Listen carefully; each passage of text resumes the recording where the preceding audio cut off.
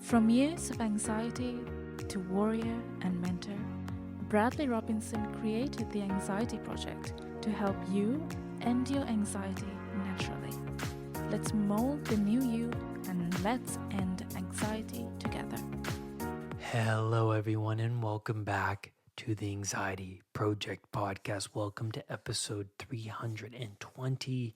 I am Brad Robinson, and today I have Emerald Wilkins back on the podcast. The last time she was on, episode 141, and she reminded me it was about 3 years ago, which is insane for me because it feels like I just had her on last year.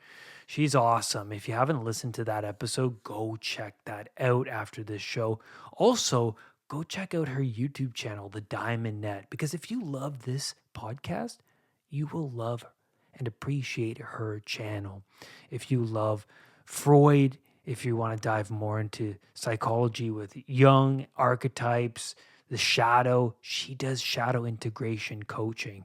It's awesome because you'll find out in this episode we talk about the shadow. We talk about how one can integrate that dark aspect of the psyche that is in like outside of consciousness and bringing that to light and integrating that properly to reach wholeness. And she explains why the shadow, integrating the shadow, is necessary for healing and self development. And it's amazing. She is very wise, as you will find out today. And we also unravel. She asks really good questions in this episode towards me about, what led me to certain paths and what brought about my hedonism and that behavior that was in my 20 that led me to the anxiety disorder. So I talk about the anxiety disorder, what led up to it. And you can tell from this episode that she's a damn good coach because of how she communicates and how she and the questions she asks is an indicator of why she's really good at what she does. So enough of this. Let's dive into this episode with Emerald Wilkins. Buckle up. It's a good one. So Emerald, we've changed, I'm sure, no doubt, over the past years since we've last spoke. For me, it's been diving more into God, understanding myself, pushing myself, pushing my tolerance levels, having a baby recently, 7-month-old baby. Thank you. Yeah, it's just everything's, especially the baby, a lot of existential, questions and concerns popped up around that time in my life and still. But for you, Emerald, what's changed over your life these past few years? Yeah, so hard to sum it all up in one thing, but it's been a lot of like actually externally focused things. So basically like just like to think about what my journey was before that, there was a lot of internal stuff that I had to like work through. And then in recent years, it's been really trying to sort of set up my life in a way that I can really fully like reach my full potential and like move toward my life purpose in like a more sustainable way. And so what I would say is that the last few years have really been about reintegrating like my sort of masculine side. So basically up until I was about 20, like I really had polarized myself really strongly into my masculine side, and everything was about movement and, change and like achievement and all of these other kind of things. And then when I was 20, I had sort of these like plant medicine induced like awakening experiences, and I realized how much of the feminine side that I hadn't been integrating, the ability for being and stillness and, unconditional acceptance on the level of being. And what it led me through is like, that's when I found like Jungian psychology a few years later, which helped me really understand what I had experienced and like, just kind of a lot of like real deep diving kind of work. But I really had to push away so much of what was before, when before I was 20, I had like this like structure for myself built up, where I had given myself many gifts and I was able to achieve a lot of things, but everything was about achievement and forward movement and like continuing to go on the journey up the mountain. And it's almost like I totally fell off the mountain. And so now it's like Mm. integrating those elements of myself that are more externally focused, more forward moving, because I've had to do a lot of like, changing and transforming along those lines. So it's really been the past few years, it's been more of like kind of this hero's journey, like how can I like sort of set up my life in a way where I can really fully, step into my full power and to be able to like, basically like live my life's purpose. So that's kind of been where I've been recently. I'm interested in the integration of the feminine side. What made you realize that you've been lacking that? Is it something you read with young? Was it a visualization you had, realization? What was it? Yeah, so basically, like just to kind of go back into how that had come about. Mm. So I think like when I was like a very, very small child, I would really was like, I want to be just like my mom. Like my mom was like the top person. And then like there were some shifts in our relationship that made it not possible for me to look to her that way. And so I started to look to my dad as like this paragon of like, who I wanted to be. And some things about my dad is that he's very stoic and he's very strong. And he's also very like, he's very chill, like kind of like go with the flow, sort of like more of like a, kind of a peaceful, pacifistic kind of guy.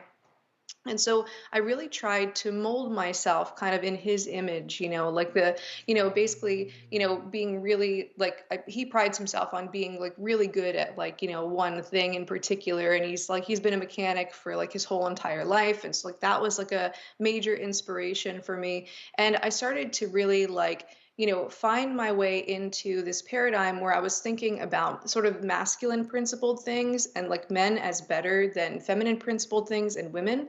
And it was like, it was this difficult kind of misogynistic time when I was like around like, 10, 11 years old. And then that came back into like kind of this like, oh, I'm a really accepting person. I love everyone. I don't have that. And I did still, I just buried it underneath that. And then I came into this understanding of like, oh, masculinity and femininity is just like, it's a social construct. And so I had this extra layer kind of in on top of that, but I still had this like imbalance where I was seeing the feminine as less than the masculine.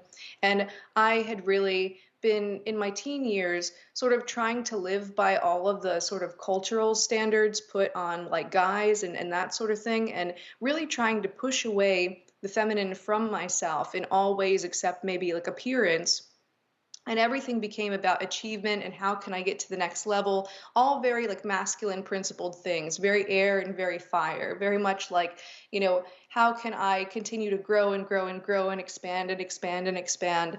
And life in many ways, I gave myself a lot of gifts during that time. Like that was like the time when I like learned how to paint, and I like developed this really ironclad like work ethic. And it really brought me through to where I was able to go to college for the thing that I had a dream of being. So like I dreamt of being like an art teacher. And so I had all of these like sort of masculine principled skills that I had developed. And I didn't have any sense that there was even an imbalance because I wasn't even thinking about it as like masculine, feminine. And then in my very first experience with plant medicine, which was when I was 20, I had basically this like shift happen where it's like basically my entire consciousness kind of opened up in a way that it hadn't before.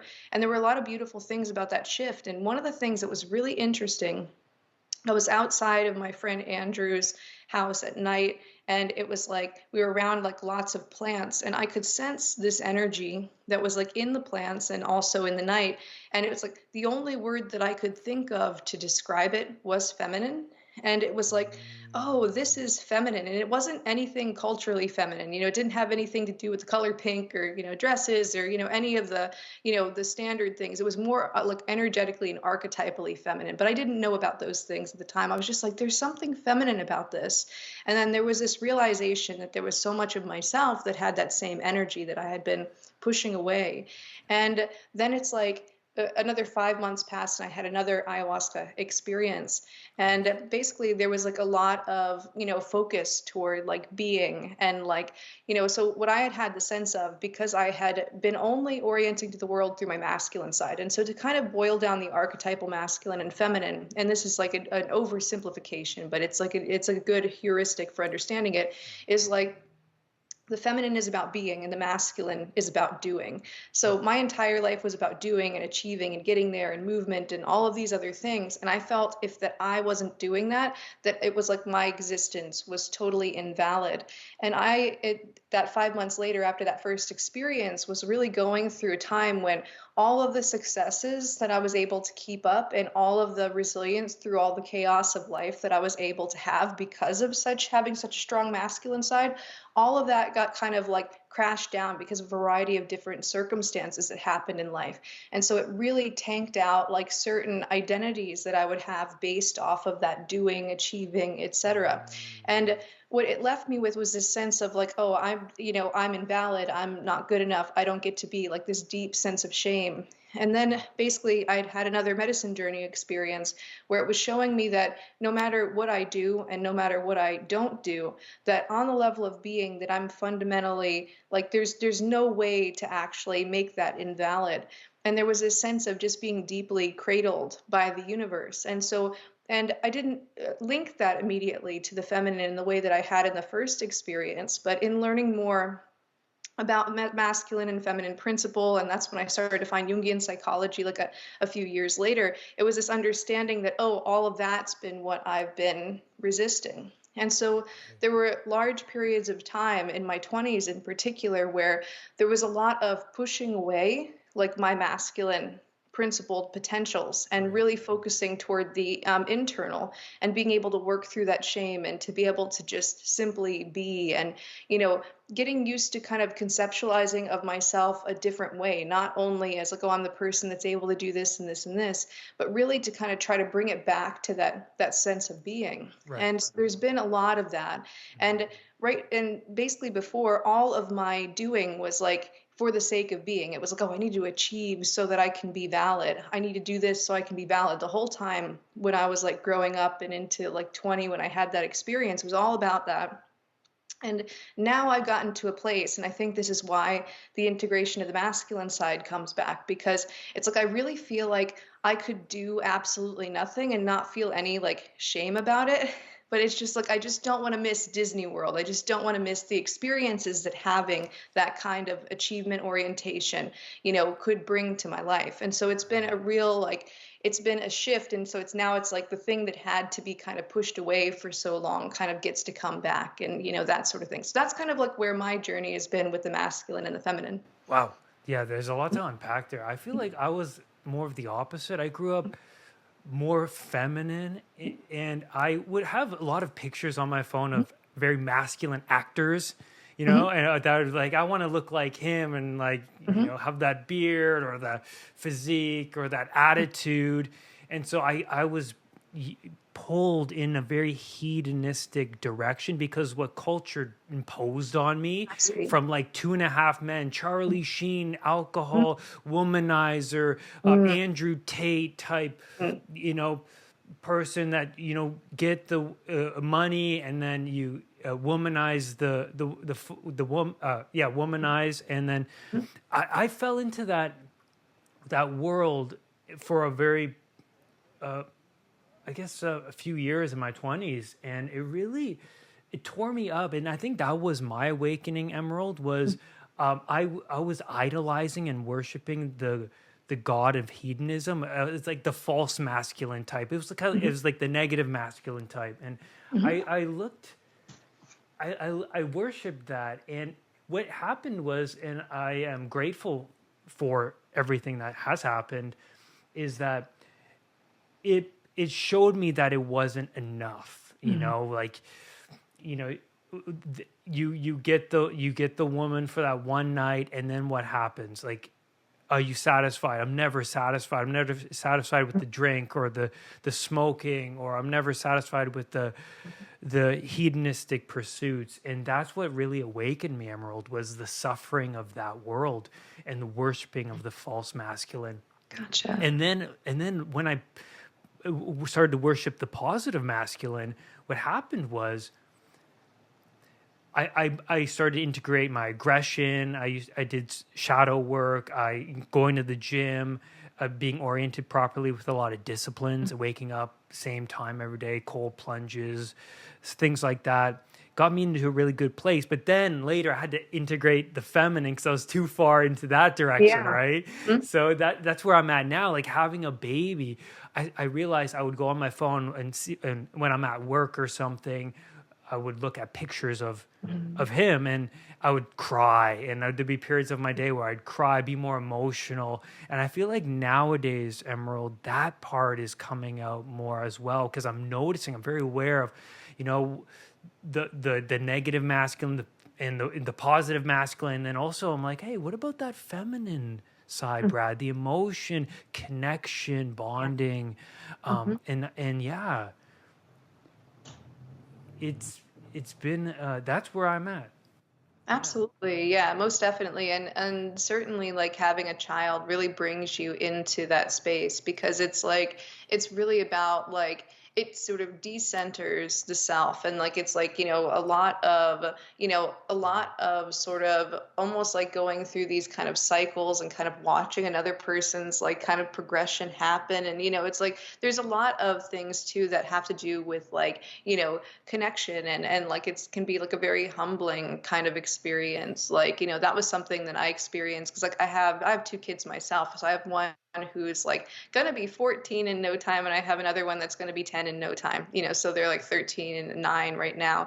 And so it's like it's been such an interesting journey, but it definitely like requires that kind of like sort of decentering, so certainly a more, let's say, kind of connection oriented thing as opposed to like a more individualistically oriented thing. Yeah, Mhm. absolutely. It's definitely shifted me out of my lowercase self, Mhm. being so self focused. And Mhm. even when I have time for myself, my wife or the baby boy is away and I have the home to myself, I get very, I can't just sit down and play like a video game anymore. It's like I gotta do the laundry, make sure everything's okay before they get home, and I'm thinking about other people rather than like I gotta play the Yeah. game or I gotta take that hit or do something for like I'm like, okay, Brad, let's get to work and make sure everything's in order, and Mhm. that's and it's a great thing to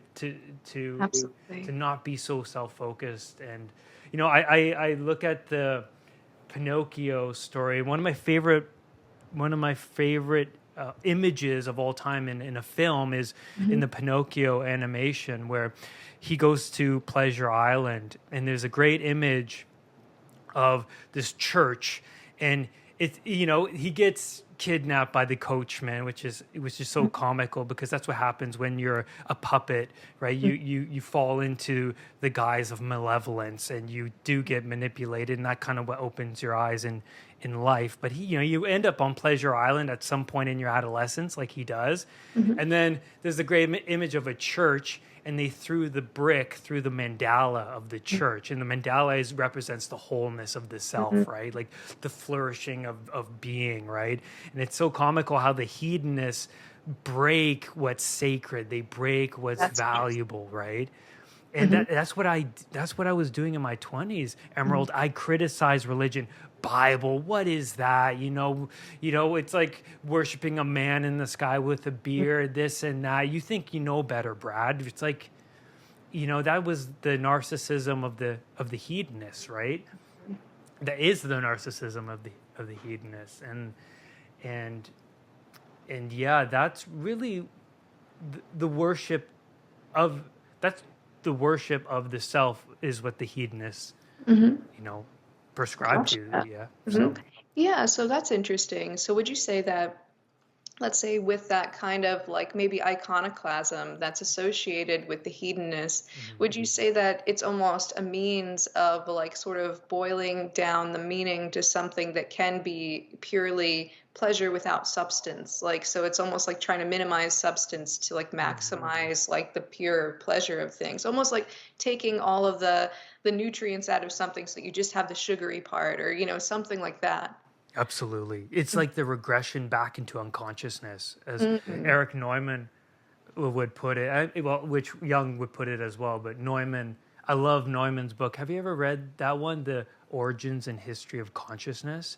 No, I have. Eric Neumann was Jung's best student, Mhm. and that book, Jung commented.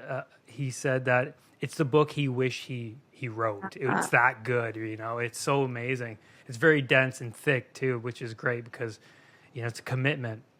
But in the book, he talks about the Ouroboros, the dragon that eats its own tail, the regression from, there's no regressing back once your eyes are open. It's like the Adam and Eve story. Once you bite the fruit, it's like there's no regressing back into the old or the unconscious state that you once were. You can try. You can fill yourself with cake and sugar, like Dostoevsky says. You can live in bubbles of bliss all you want, but humans have this innate tendency to burn it to the ground. I see. Just so something interesting happens. And I think, once your eyes are open, it's scary. It's like, oh my God, I'm vulnerable. I'm mortal. People are going to die. I could die.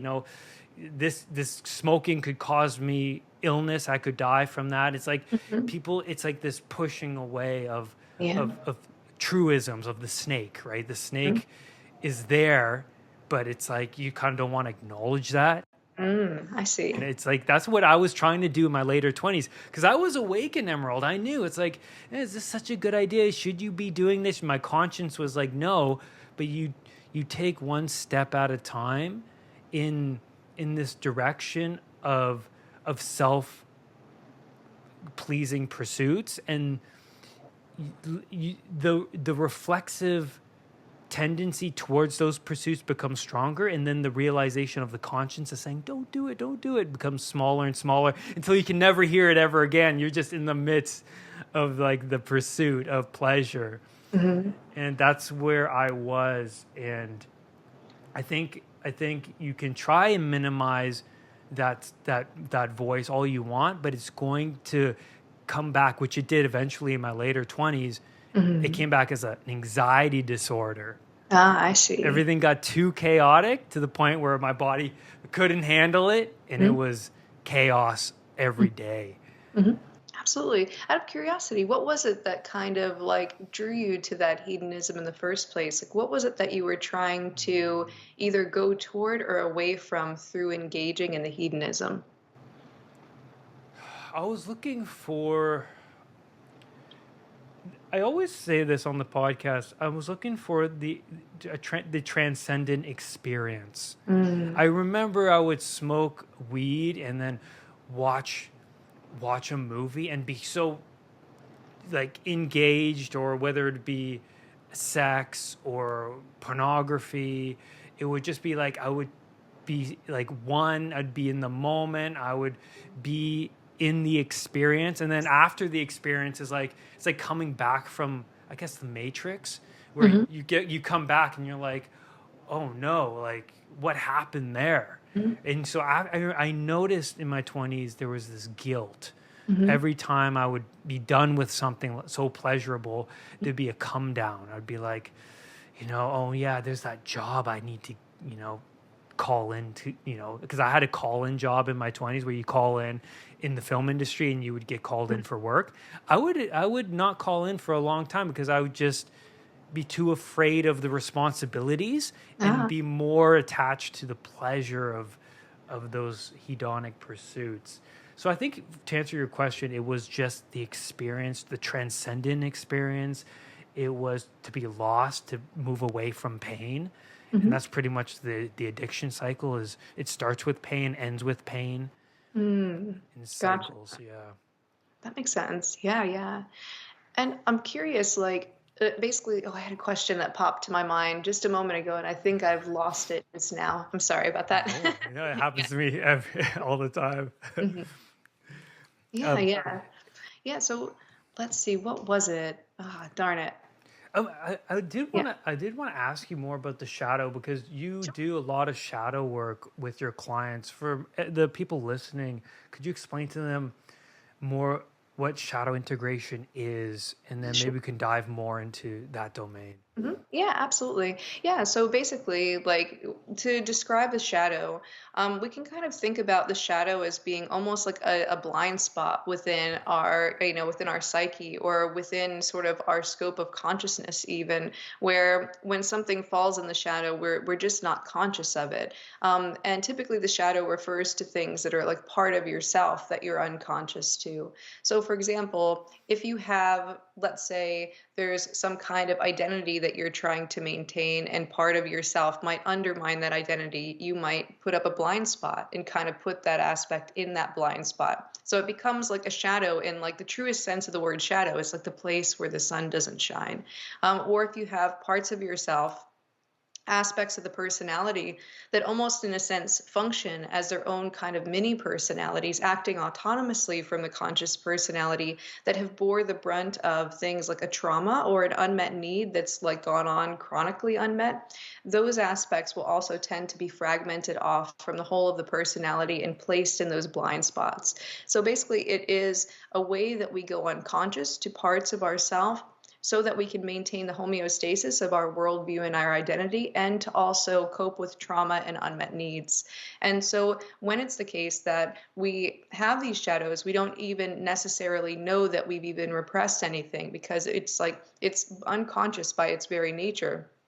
But we can notice certain symptoms that might come up, certain unwanted behaviors that we might be doing. So, for example, if I find myself people pleasing, that's almost like if you could imagine, let's say the shadow is like a root vegetable, like a carrot, like the orange part, that's the part that's buried under the ground. I can't see it, but the leaves will poke up. And so, if you get good at noticing the symptoms of the shadow that you are conscious of, then you can explore those down to the roots. And that's what shadow work is. It's basically being able to find out what's going on underneath the surface of consciousness, and then resolving its reason for repression so that you can reintegrate that back into the conscious personality. And like I had mentioned, these shadow aspects aren't just like one-off personality qualities. They're whole, like, aspects of the personality in the sense that they're almost like their own mini personalities that still very much ourselves, so the shadow aspect of mine is going to have its own wants, needs, perspective, wisdom, etc., in the same way that my conscious personality has its own wants, needs, perspective, wisdom, etc. And it's just that those two things are now functioning within one being in a way that doesn't integrate together. And so I might be consciously trying to move in this direction, but I can have a shadow aspect of mine that totally tries to sabotage that goal because of its own reasons that I'm not conscious of as a conscious personality. So what we have to do in order to actually integrate the shadow is to become conscious of these parts and to be able to resolve the reason for the repression in the first time. So if I've repressed an aspect because it's outside of the bounds of my worldview or my identity, or I consider it, let's say, dangerous to my worldview or identity, I would have to actually expand my paradigm so that I can incorporate that part and still maintain homeostasis. Or if there's an aspect of mine that's been repressed because I've dealt with some trauma, I actually have to face into the feelings that that aspect is feeling, because it's kind of stuck in that moment of trauma and stuck in those emotions. And so I'd actually have to face into those feelings, work through those over time. And over time, I could come to integrate more and more with that part. Or if I have an aspect that's repressed because of an unmet need, I actually have to be able to, number one, take down the internal barriers to that need that I might have constructed as a protective mechanism so that I can become conscious of that need, and to be able to meet it either in an internal way or an external way, or both, depending on what's needed. And those actions are what enables us to truly integrate. So something that I think a lot of people might mix up is to think that just pure consciousness equals integration. And sometimes that can be the case. But if there are other barriers that keep us from really integrating with those parts, we have to really resolve the reason why they were oppressed in the first place. So that's basically shadow work in a nutshell. Yeah, there's so much to unpack there. I mean, my mind was fluttering to so many different areas. One of the areas it fluttered to was in Harry Potter. He's battling, obviously, the internal Voldemort. That's becoming more prevalent. Yeah. I mean, it's been hinting throughout the first few books of like his scars hurting, and when he's near and evil's near, he's obviously has a part of Voldemort in him. But Yeah. also by the fifth book, I believe, he starts to have dreams that he's the snake. He's Yeah. biting Mr. Weasley at one point. He's like waking up from nightmares saying, I Mhm. I was him. And then Sirius Black tells him, it's like, Harry, it's your actions that matter. You know, you're just recognizing that there's this evil part of you, but you're Mhm. not acting in the spirit of that. You're Mhm. recognizing that it's there. So does Mhm. that kind of reflect a lot of what you're talking about with the shadow? Like, I can see those dark parts there, but you have to really look, right? You have to say, Mhm. like, what are the parts of the self that you don't like, or that you find that making you feel weak? Is that right? Gotcha. Yeah. So I suppose I do look at the shadow a little bit different than like the dark parts, because oftentimes the parts that we Right. repress aren't, I mean, they're like basically these parts are neutral and then they can be expressed in both positive and negative ways. And so if we notice Right. ourselves Right. behaving in some destructive way, like let's say that we're messing up all of our relationships or something like this, it's like on the surface level we go like, oh, that's really destructive, that's bad, you know, but then underneath that we find all these vulnerabilities, and we find like the underlying reason why we're doing it is really coming from some deeper benevolent intention trying to serve ourselves. So in that way it's a little bit dissimilar from the Voldemort and the Horcruxes, and like how like Harry Potter has like the Voldemort Horcrux and the scar and things like that. So it's a little bit different in that sense, but I think it was also like the idea of like Voldemort splitting himself off into all of these different like forms. It's like that's exactly kind of like what we're doing when we kind of fragment ourselves and we like sort of push away parts of ourselves. And and from the perspective of like Harry Potter, it's almost like we could liken that to kind of like, oh, this is the shadow. It's something like within himself. Now, in a sense, it's different because it is belonging to Voldemort and not himself. But like, I think as a symbol, it's like a really interesting symbol of like how it's like when we notice that we have certain behaviors that we don't like to do, or things that we consciously don't agree with, but that there seems to be this psychological pull in that direction. And oftentimes we'll get that sense of that when we're kind of doing shadow work, and understanding where that really comes from. So yeah, I think like overall the Voldemort thing, and it's funny, I just had somebody comment like on my YouTube channel, this is like a few days ago, it's like, oh, this reminds me of what Voldemort was doing with the Horcruxes. So it's funny that you should bring it up. Yeah. But like, yes, I think that there's a lot within that like is a good symbol for the shadow and shadow work. But I also like, one of the things that I would say it would be really important to realize about the shadow is that it's not necessarily dark or evil parts of ourself. It's actually like parts of ourself that might be kind of coping in ways that are disjointed from the rest of the personality and that are creating negative impacts, but not that their core nature is something inherently negative. Right, so like you could say like being overly agreeable. It's a good thing because you can connect with people, you can make friends, this and that. But also a negative aspect where it's like you're betraying your conscience because you're Yeah, agreeing to something that you don't really agree to, or that's absolutely. that's in alignment with malevolent, or Mhm. like this spirit of you know of evil, so to speak, right? So Mhm. it's like going along with the group almost as because you Yeah. just want to fit in. It can be very unhealthy. Oh, absolutely. Yeah, Right. most definitely. And then, like, let's say if we take, like, let's say people pleasing tendencies or the tendencies to kind of go along with the group, and we like do that shadow work with it, we might find deep down that it's like, oh, there's this aspect of myself that was repressed during this trauma that I had with my parents when they said this or did this. And then that feeling was too intense to process. And I split that part of myself off. And now it's still 5 years old trying to get its needs met in a way that I would have tried to do as a 5 year old, even though conscious me doesn't like agree with that and has grown past that. And so it's basically being able to see these negative expressions that are really kind of either harmful to ourselves or harmful to others or both.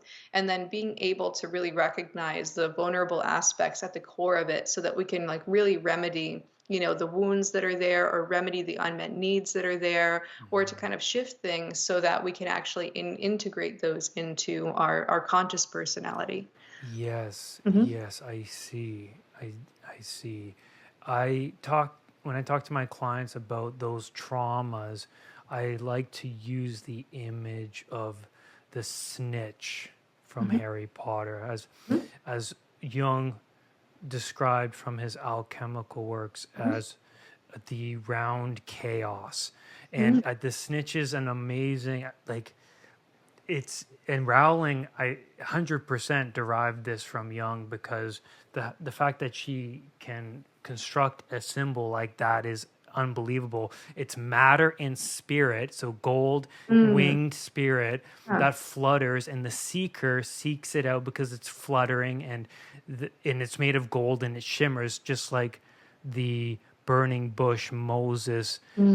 It calls to him, and it's the thing that calls the hero to the what would you say, it opens up, it calls the hero to the wisdom that the round chaos encapsulates. So for example, chaos is where new information is gained, so the unknown is what chaos is. And when the seeker captures the snitch later in the books, it opens up, and I believe there's a resurrection stone, which gets even more deep, that's inside the snitch, which is very fascinating.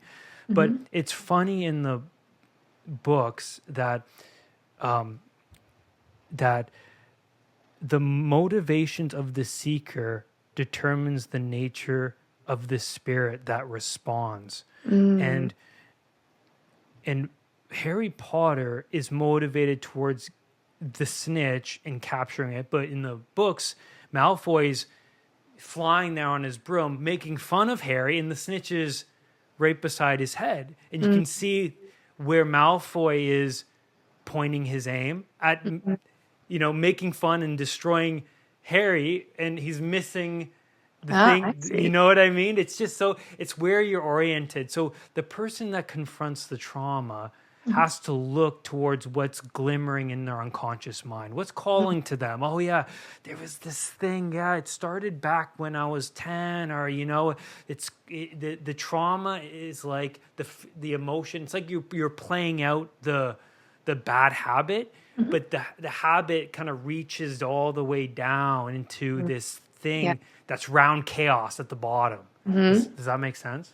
Absolutely. Yeah, that's very interesting. Yeah, and for sure, like there's definitely like those deeper roots to like all or most of our behaviors that we're like, let's say, are out of alignment with, like, let's say, our core personality, or that we've kind of adopted as a means of like coping with things and that sort of thing. But yeah, it's like that image of the snitch is very interesting. So thinking about, if I'm to just like, because I never thought about it in these terms, in archetypal terms before, but just thinking about, let's say, the fact that it's a sphere. So like circular shapes tend to have to do with like cycles, and there's like a spiritual component there. There's also the gold, which in alchemy is said to be like, it's like the perfect balance of all elements, and like representing this kind of maturity.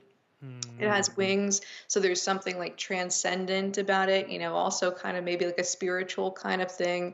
And then it's like, it's interesting that in the story, it's like it's the smallest ball, so it's like you have to be really focused to get it. That's good. Be very precise, and so it's a very interesting symbol that I hadn't thought of in that sense. And and it's like, I know that if memory serves, like what you'd mentioned, I think it was like he had the snitch in his pocket and it turned into the sorcerer's stone, or that sort of thing. And and it was interesting because it's like it turned into that because he just wanted to possess it to do a positive thing with it. And then like Voldemort wanted it because he wanted to become like immortal, and that sort of thing. And so it's like he got it because of his intention to get it, and like he was in the right mind frame to get it.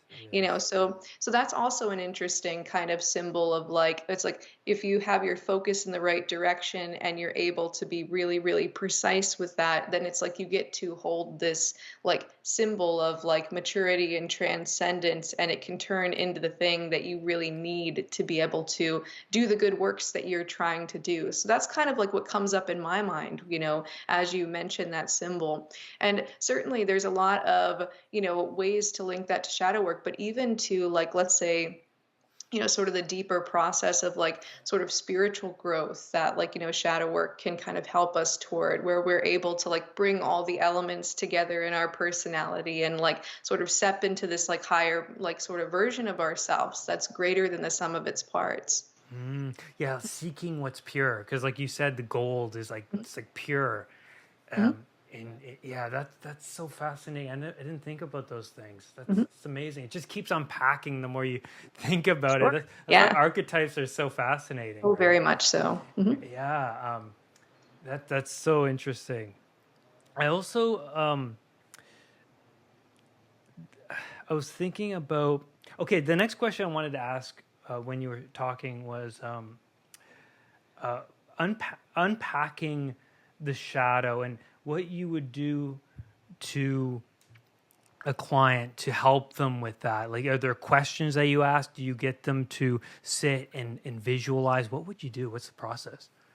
Yeah, so basically, like what I work with my clients on is, so I'm a coach and I help people overcome like procrastination, self-sabotage, things that kind of hold them back from, let's say, sort of reaching their full potential. And what I really try to do is I try to really be where the person is. And so I kind of think about shadow work as being a bit like a labyrinth. And it's like you have to like find where that person is. And then based off of that, you come up with like whatever question you think is going to help that person kind of ladder down to the core reason why it is the case that they're maybe doing a particular action. So, to give an example, let's say that somebody comes to me and they're like, I want to start my own business. So, let's say that that's the situation, but I find myself holding myself back.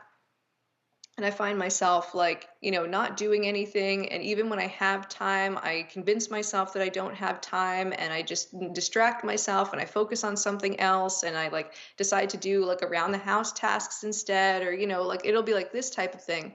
And so what I can do is I can find any loose thread within that, because it's kind of like an all roads lead to Rome. So it's like if you can find a loose thread, then you can start questioning and kind of laddering down to the deeper reason. So let's say, if for example, they're like, oh, I'm doing something else. And, so it's like, oh, like, what is it that you're trying to avoid through that? And it's like, oh, well, it's just like really uncomfortable to do this. And it's like, well, what kind of feelings come up there? And I can start questioning that down deeper. It's like, oh, maybe it's like a feeling of Interesting. anxiety. It's like, oh, what is it about that feeling of anxiety? It's like, well, I feel like if I do work that's not good, then people are going to know about it and I'm going to be judged. Okay, what would be so bad about being judged? And it's like, well, if I'm judged, then I'm going to feel like that means something about me, because if somebody judges me, then I'm going to take that on for myself. And it's like, okay, hang on a second. Where did that pattern come from of like, let's say, having other people have that kind of power to determine how you feel about yourself.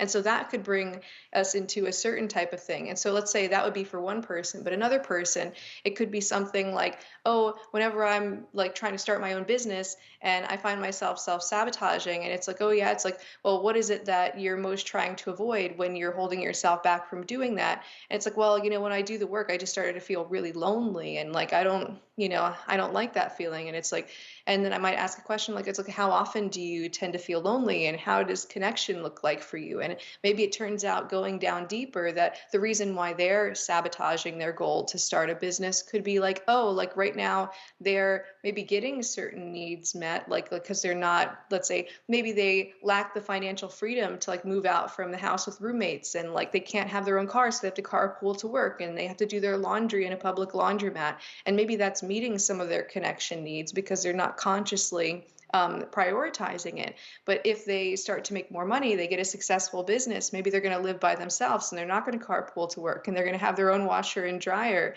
and those needs aren't going to be met. And so maybe in that case, the underlying reason why that person would be sabotaging is because right now in the status quo, their needs are being met, but in their goal state, that need will be sacrificed, and they don't realize that it'll be sacrificed. So there could be a variety of different reasons. It's really asking the right questions depending on what that person is like saying and really meeting them where they're at. So that's kind of in a nutshell what I would say. Yeah, thank you for that. Welcome. That makes sense. I do see unpeeling that onion, and it gets Hmm. down into micro truisms, I would say, that Sure. they're not even conscious about. Yeah, Hmm. that's very interesting. I am fascinated about the shadow ever since my 20s, where I started to do things that that shocked me into PTSD Hmm. state, where I was becoming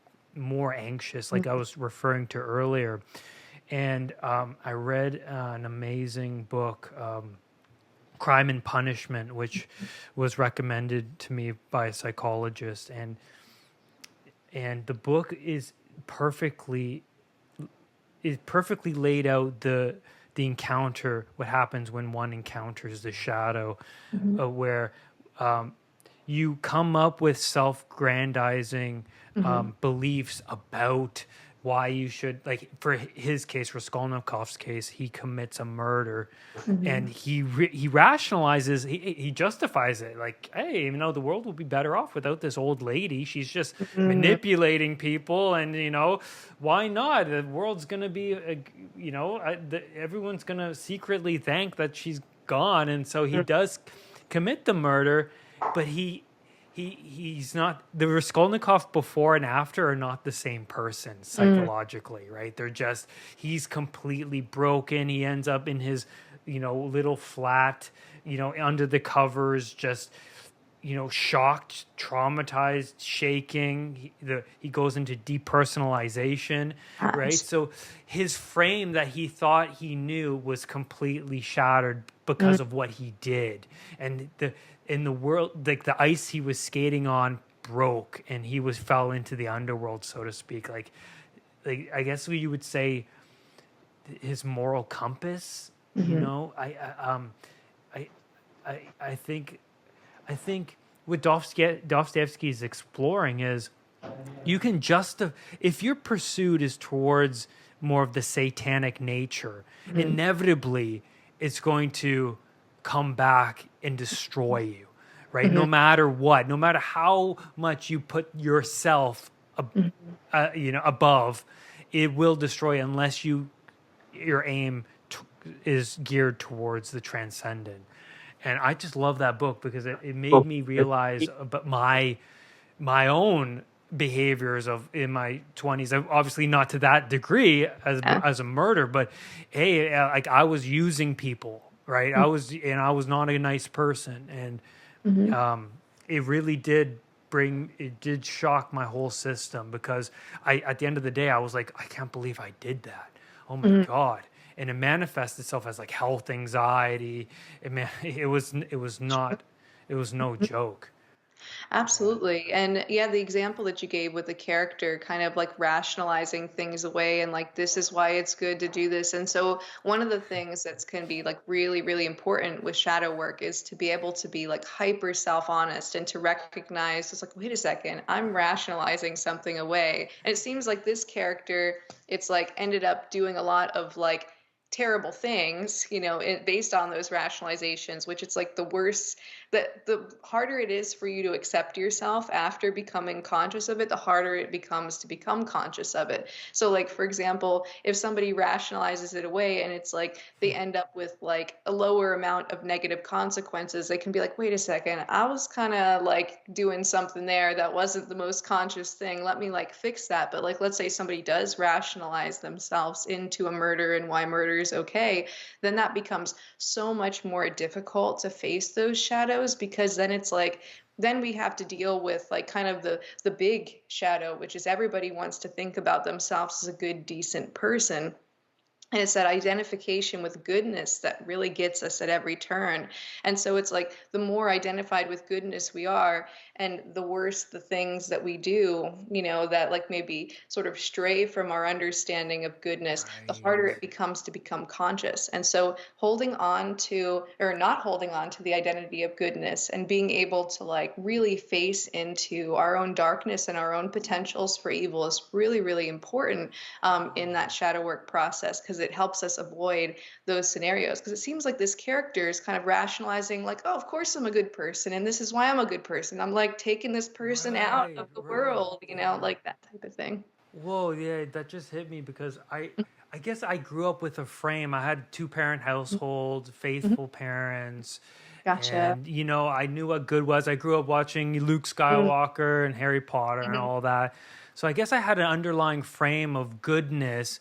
But when I think people, like, imagine growing up. I guess Voldemort's a good example again, where he's an orphan. It's like even Harry Potter's an orphan, but they're both the positive and negative elements of the psyche, right? It's like what happens when an orphan is just encapsulated in malevolence and tilted in the opposite direction, can wind up being Voldemort, which is not, he's not even human. He's like really a serpent. He's a shell.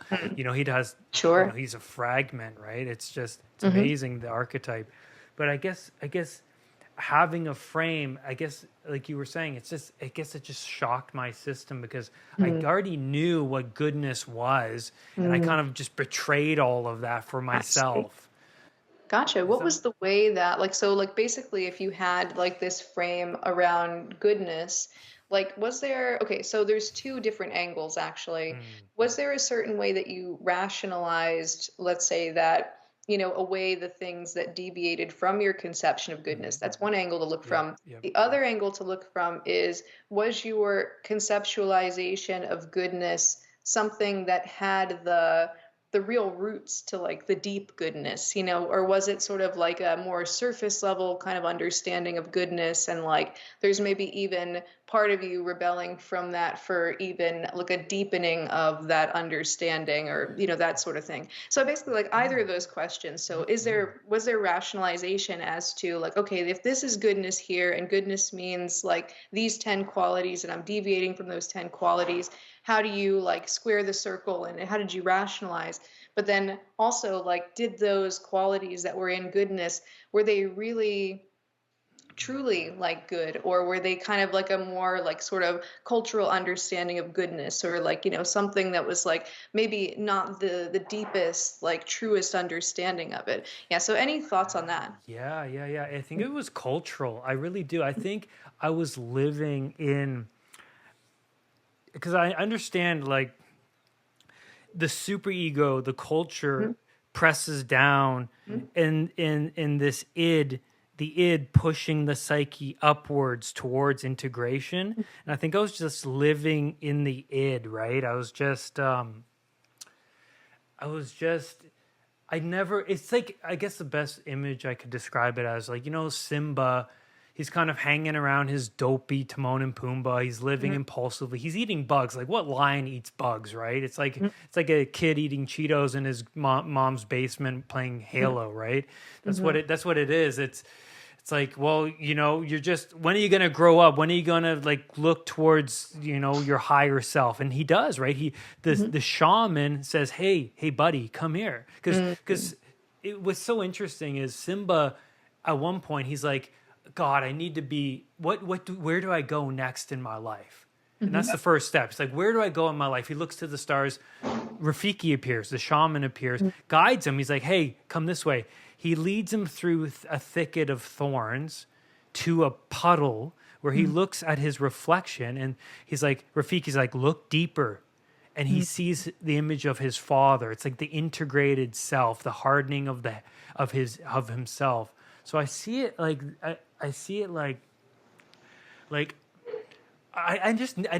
didn't know it was there.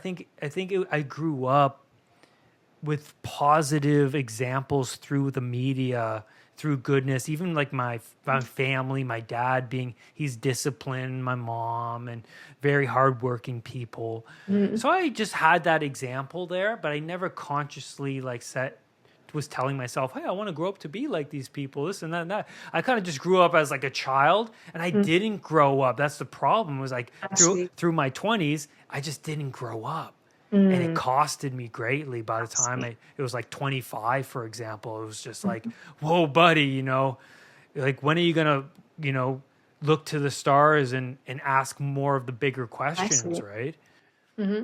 Gotcha. Yeah. So kind of like likening your experiences to Simba in the movie when he's there with like Timon and Pumbaa, and it's like, it's like that Hakuna Matata, everything's like no worries and that sort of thing, and kind of staying in that state and prioritizing just what like kind of feels good in the moment, and not having that sense of trajectory. And I suppose one of the things, that came to my mind when you were talking about that scene where like Simba looks in his reflection and sees his father, is like ultimately it's like he sees this call to responsibility.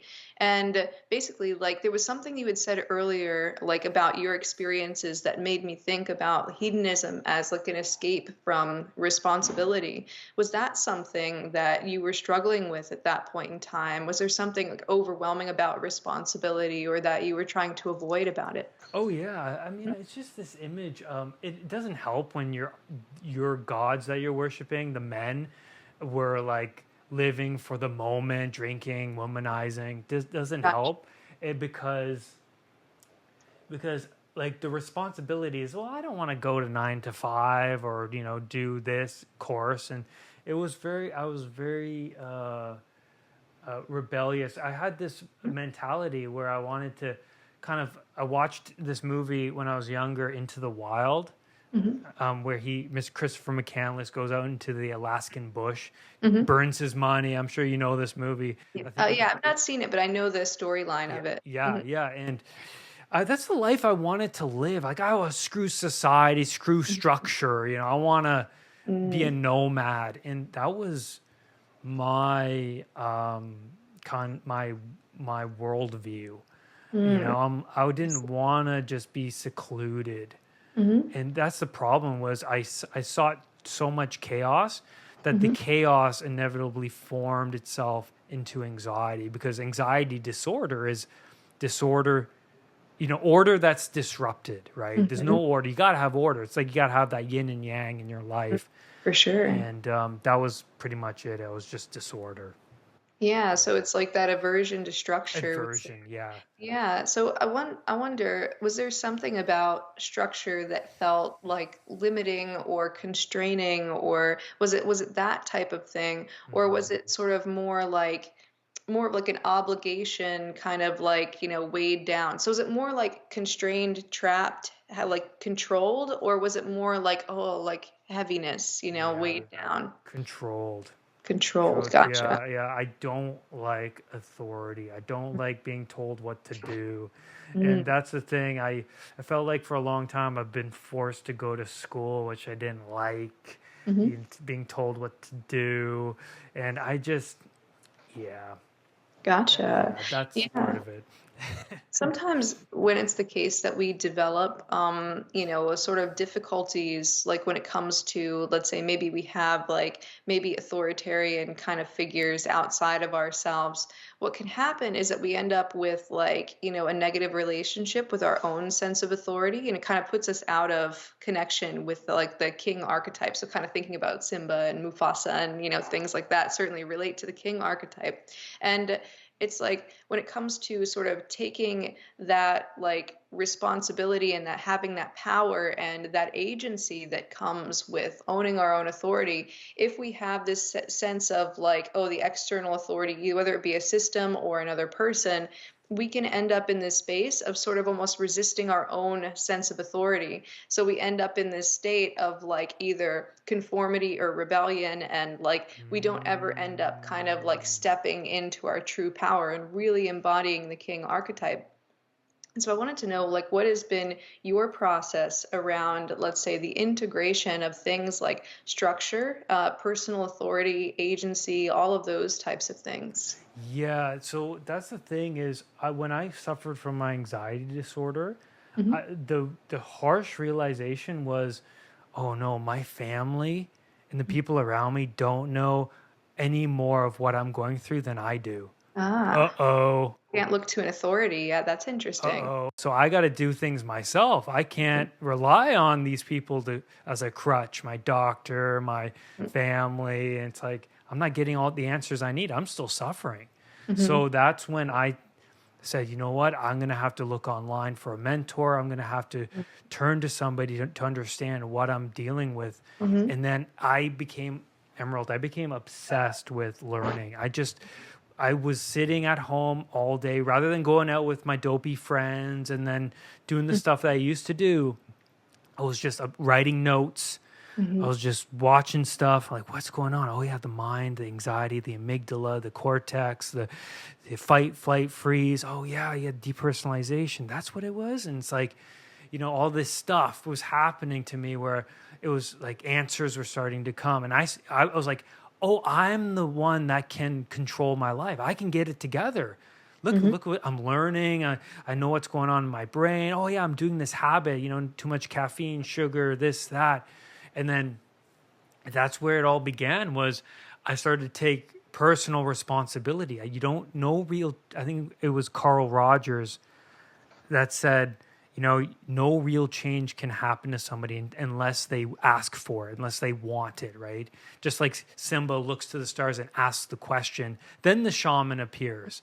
Then when I'm like, oh yeah, my insecurities, and I start to realize it, then I'm like, okay, I can control that. I can let that go. I can burn off these parts of myself that aren't proper, that were not benefiting my truer self.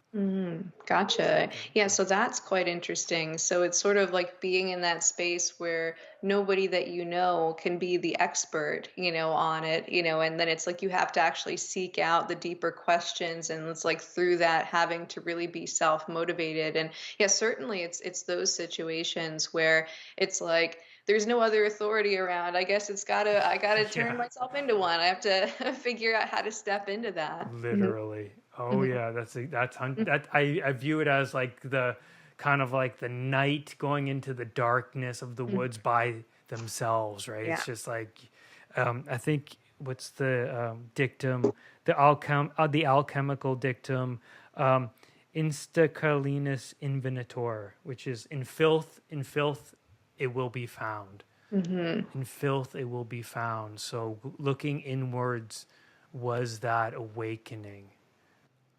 Absolutely. Yeah. I like that saying. Yeah, because it is like, in times where it's like we're going into uncharted territory and we're in this unknown space and we're having to like really, really search deep into our own unconscious for like potentials that we haven't seen in ourselves before. It really is like sort of like almost like if you can imagine you're sorting through this giant dirt pile and you're trying to find the gold in it. And it's a really difficult thing. It's almost like swimming around in very murky water.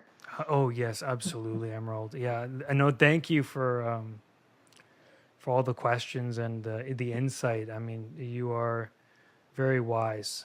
I Thank really you. Thanks. I appreciate it. appreciate that. And what's next for you, Emerald? What's on the horizon?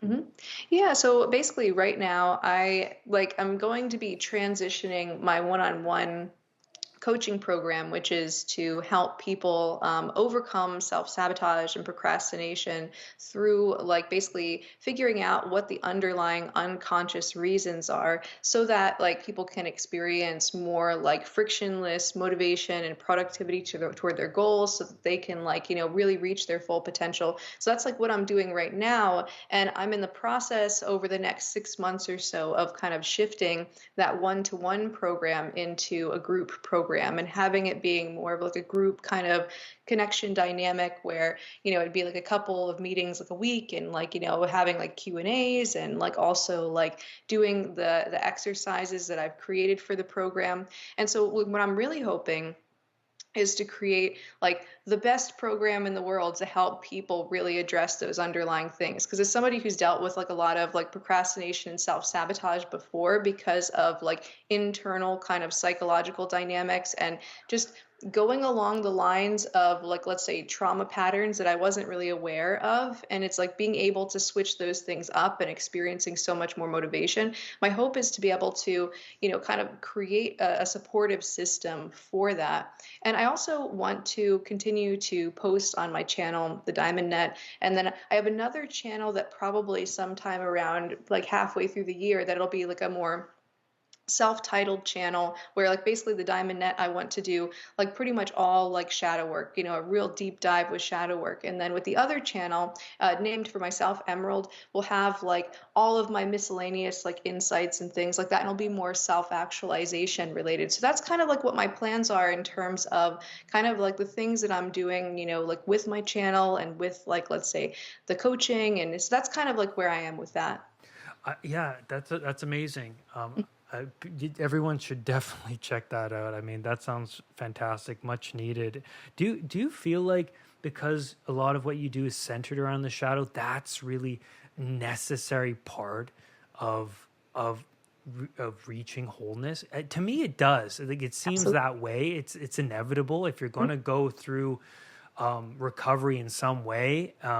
You're going to have to deal with that. It's Mhm. inevitable. Is that why? Is that why it's like you're centered? Is it like a big part of who you are?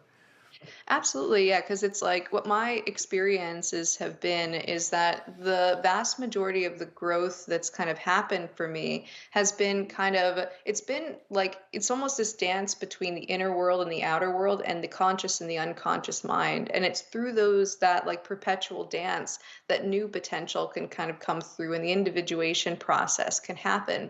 And so when it's the case that we're more attuned to what's going on in the unconscious and we're like actively open to looking, it's like we can be a lot more conscious about the way that we participate in that perpetual dance. If we don't focus toward inner work and we don't focus toward, let's say, exploring the unconscious, what ends up happening is that it's almost like the dance is dancing us and we're not really like actively participating as the conscious mind. And growth will happen that way, either way, because things are coming up anyway. But when we're not like receptive and we're not like prepared for it, it can be create a lot of friction, and we may not necessarily be able to get to the depth and like the level of enrichment that we could if we were really truly consciously participating in that dance between the conscious and the unconscious and the inner and the outer.